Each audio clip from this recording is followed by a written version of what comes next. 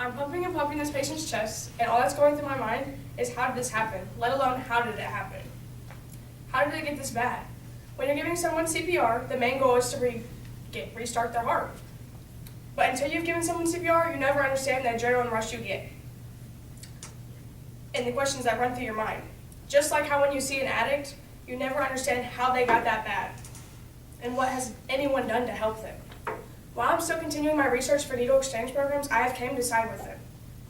And those thoughts, they're real. I've experienced them myself while giving someone CPR. The problem is there's dirty needles out there causing problems.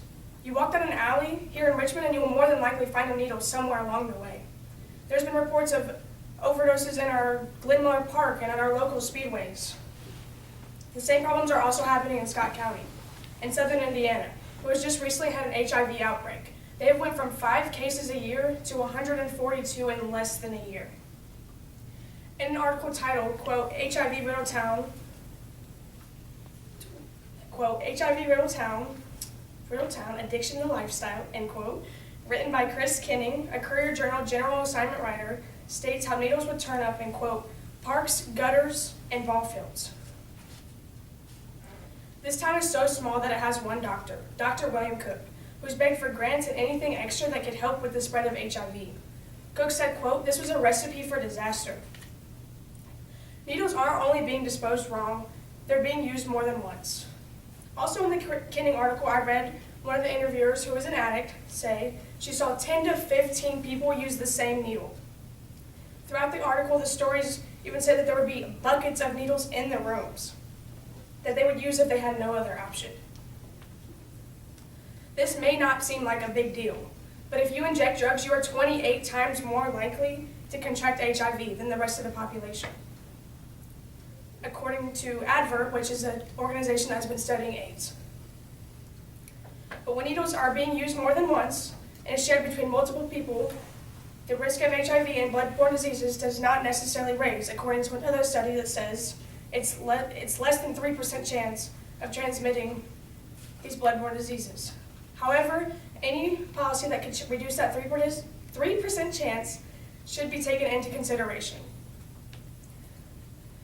Ben Simmons, who is my EMS instructor, who is also a paramedic and firefighter through Randolph County Services, says needle exchange programs would be a great way to fix dirty needles and even help reduce HIV intravenously.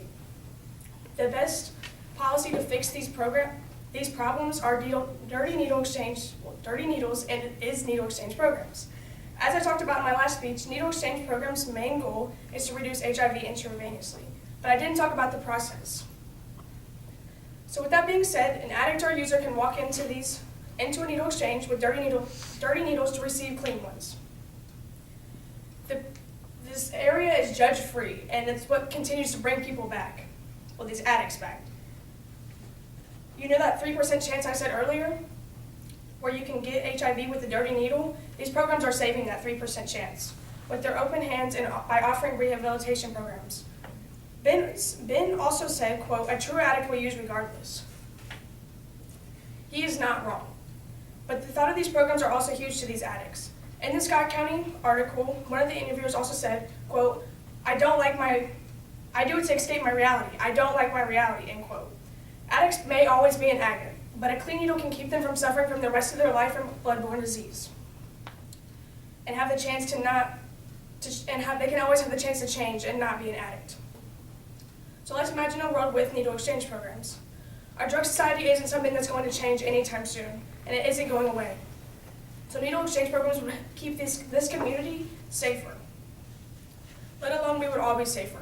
HIV isn't only transmitted through dirty needles, it's also transmitted through sexual intercourse, as we all know. The craziest of the craziest situations are possible. What if your partner goes and sleeps with someone who's HIV positive, and then the next day they're in bed with you?